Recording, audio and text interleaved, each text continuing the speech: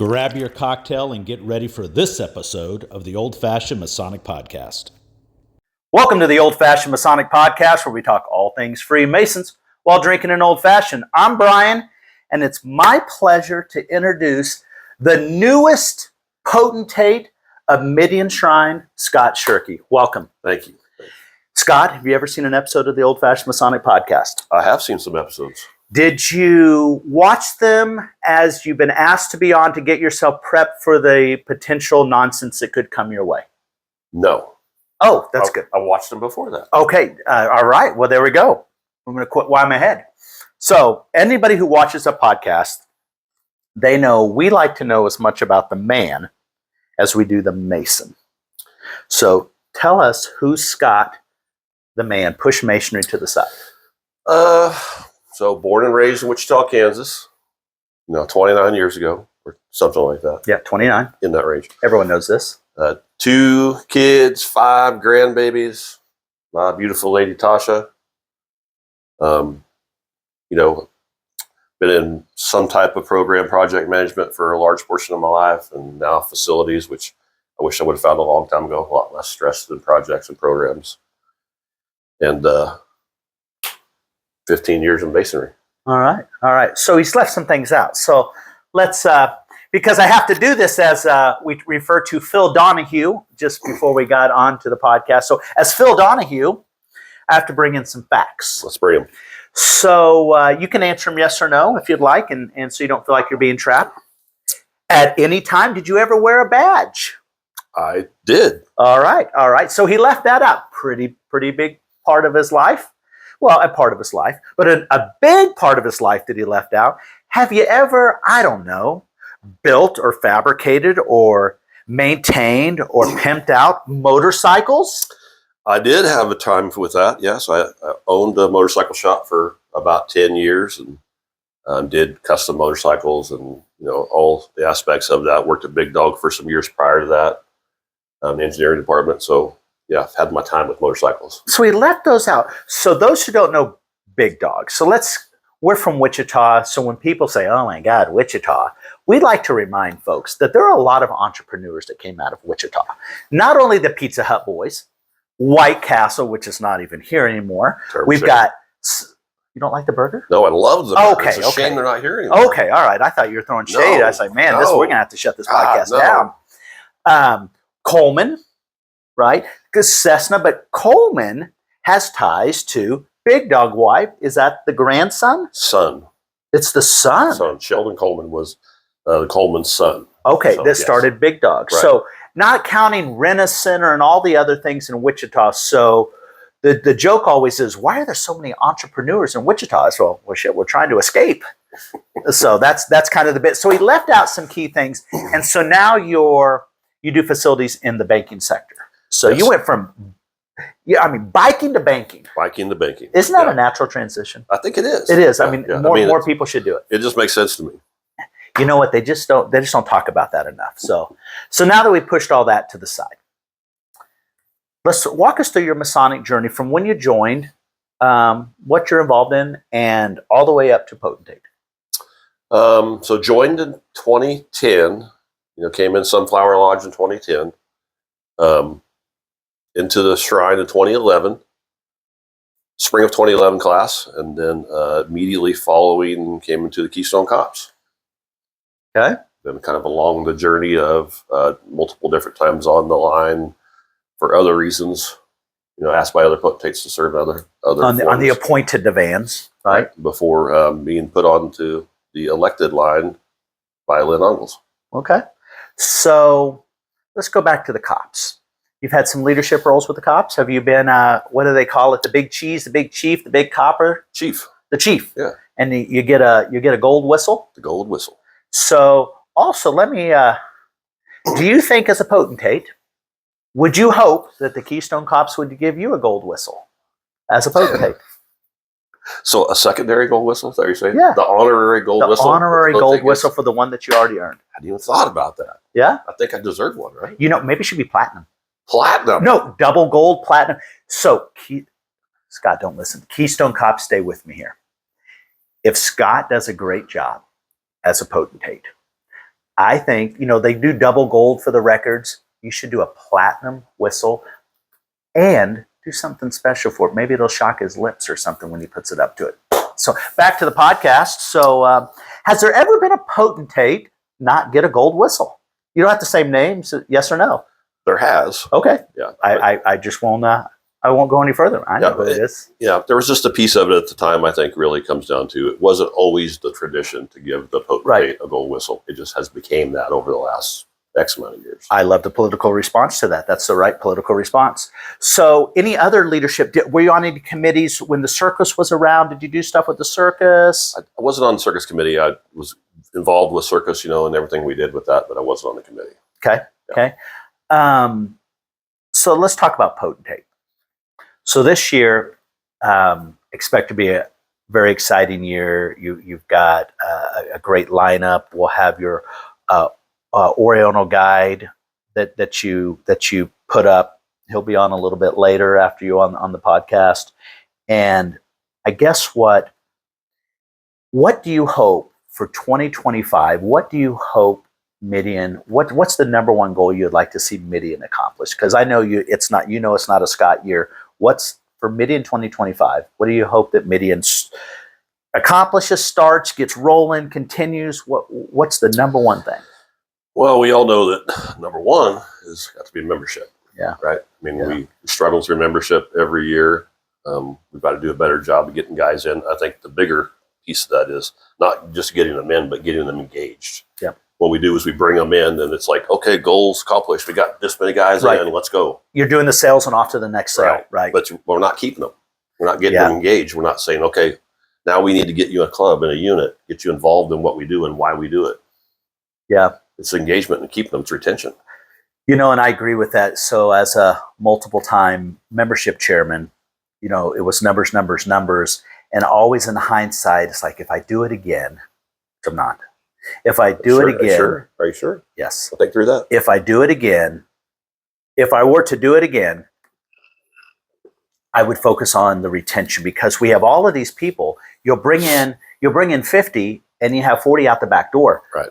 It's always easy to focus on the people that are there, and we don't do what we should. And I would almost say, if I was waving a magic wand and I was a potentate, I'd have my membership chairman, probably call him the recruitment chairman, and I'd have my retention chairman. And almost so several years ago, when Russ and Bob and I did that together, in hindsight, we should have each taken a lane. In retrospect, right? And that's the thing. The thing is, we all make mistakes, right?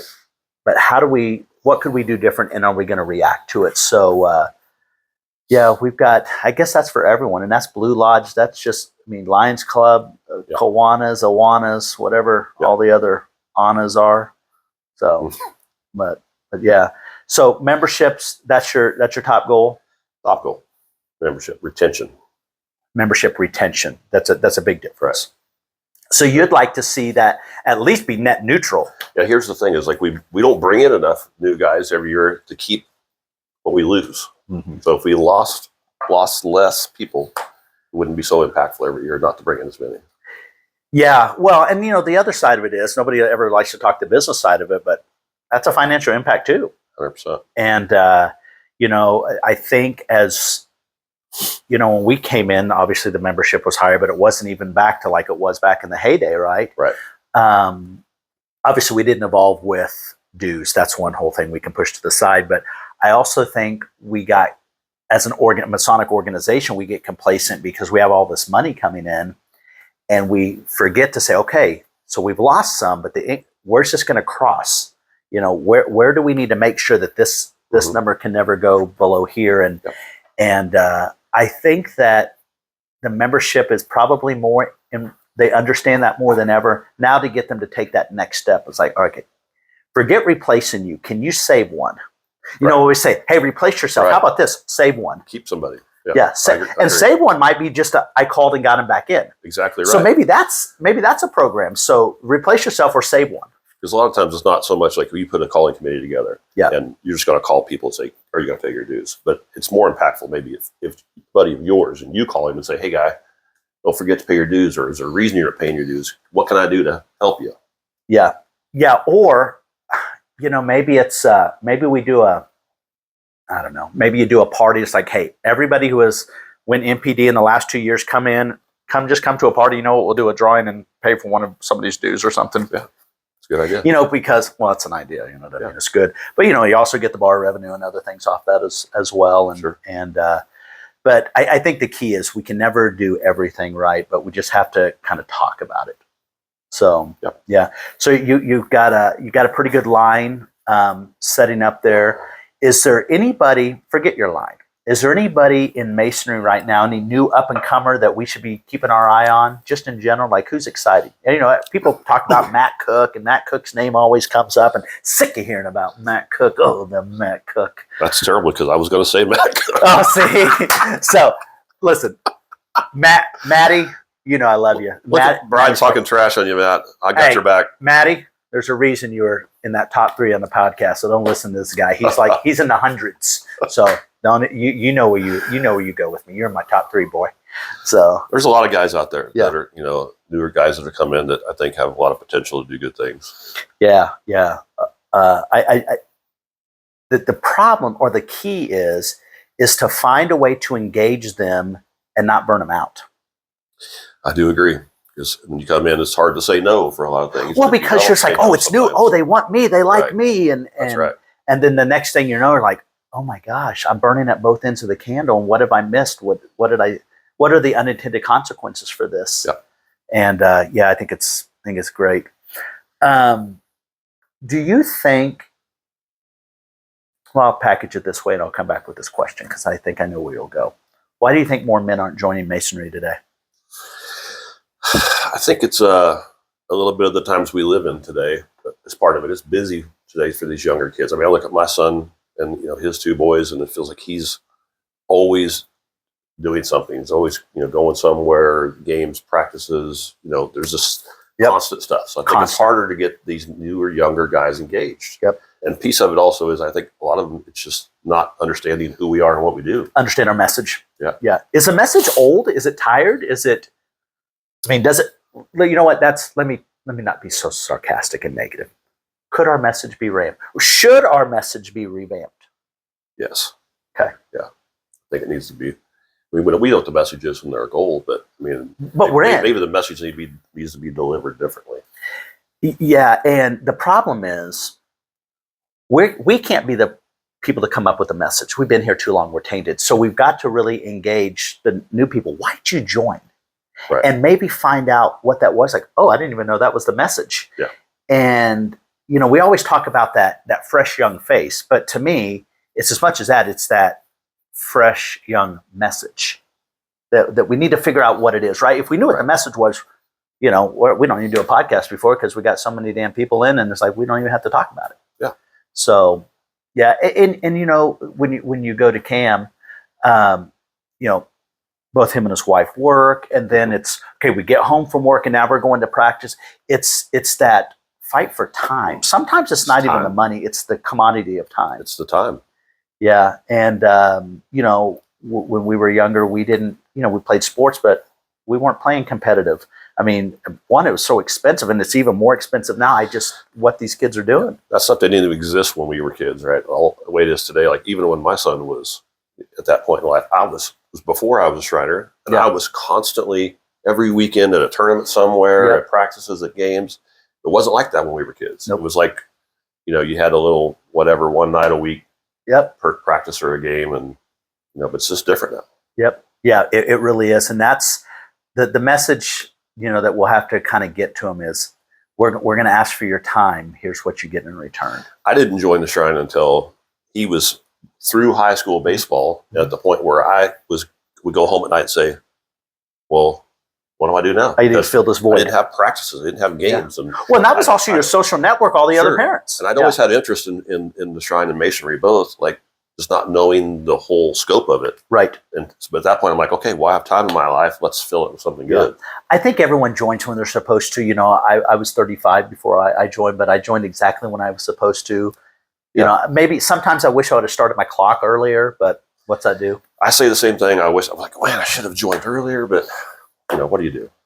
You got to trust the process. The time was right. But we wouldn't have met the people at the time. So folks that don't know, Scott came in after I did, but Scott and I have known each other pushing 25 years through kids, hanging out. And there was one patch where he was actually literally a next door neighbor to me. Next door, like, he didn't mow far enough over on his line and it pissed my landscaper off. Like that close of a neighbor kind of guy. So yeah, we've known each other a long time. So it was kind of nice when we saw him come in. It's like, oh my gosh. So, but yeah, it's good. And, we've watched each other's kids grow up and inside and out. So it's kind of been cool. So great. If you had a magic wand for Masonry that you could wave and pop it, what do you want it to change instantly? I think, I don't know, that's a tough question, but, I guess engagement is getting guys in and getting them to understand what we do. And, I think there's a good example of like for even in Shrine stuff. I was at Walmart the other day doing a pickup. Okay. I pull up to the thing. I was picking up binders for some books I had to put together for our stuff. Right. The kid comes up, he opens the hatch and he's talking to me while he's loading it. He said, "Are you a teacher?" I said, "No." "Well, I just saw these binders. I thought maybe you were a teacher." I said, "No, I'm Shriner." And he goes, "Oh, you know what Shriner is?" "No." I said, "You know what Shriner's Hospitals for Children is?" "No, I'm not from around here." I'm like, okay, I'll just leave it at that. Yeah. Just, getting the word out there to everybody and people understand. Yeah, you don't want to say like, we're everywhere, but yeah, I just had to let it go. He was like, "So I assume you work at the hospital?" I just said, "I volunteer." Yeah. Yeah. Just leave it at that. Because I just... Isn't it fascinating? I don't understand how this generation today can't understand or doesn't know who we are as Masons and Shriners. Right. And here's the thing. Like, we don't get the word out there. We're not marketing ourselves well enough. 100%. The hospitals do a great job, and obviously you've never even heard about the hospitals. There's a whole conversation at the hospitals, and which we won't even, whether, what that looks like in 25 years. But we are the brand. And, 20 years ago, they associated us with parades and the funny red hats and the little cars zipping around. But obviously that's not a thing anymore. And maybe there's a part of me that just kind of likes the conspiratorial side of it. At least it keeps us somewhat relative, and then we can come and shoot it down. I completely agree. But it's almost like you play on it, but it's crazy. Or do we see it more? It's like you've never seen this white Chevy Malibu until you bought it, and then everybody's got it. That's so right. Do we see it all because we're in it? Do we pay attention to the commercials because we're involved in it? And maybe, obviously, here's what we can agree on. Our target audience, this young man, at least if he's not now, in our future, he has no idea who we are. That's right. So that's a problem. That's the big problem. So how do we do that? Social media is cheap. Podcasts are free. But what do we do? It's a question for everyone listening. What do we do? To save it for our kids and our grandkids and for all that, just a legacy of what the people before us built. Right. So, yeah. We got to market better. Yeah, and I think that everyone's trying more. I think we're probably 10 years behind, right? At least. Yeah. But I think that we're trying to fast track it and get in front of everyone. Once we get on somebody's news feed, we're on their news feed. So that's what we've got to do, is get on the news feed. So, Scott, the most important question of the podcast, you know what this is, right? This is where we're going to put 4 things up, and one of them's got to go forever. So if you saw, we had a little technical difficulty. The last question must be Baby Jesus Likes the Raiders, and that's why it happened. So the most important question of the podcast, Scott, on the screen, you'll see 4 things. You'll see Masonry. You'll see guns, any guns. You'll see motorcycles, any type, any brand.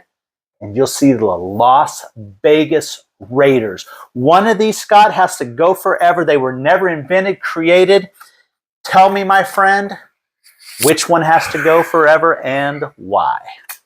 Well, you put me in a bad spot, Brian. That's the whole goal of this question, to make you uncomfortable. Is there an option 5? There is not. Well, obviously motorcycles aren't going away.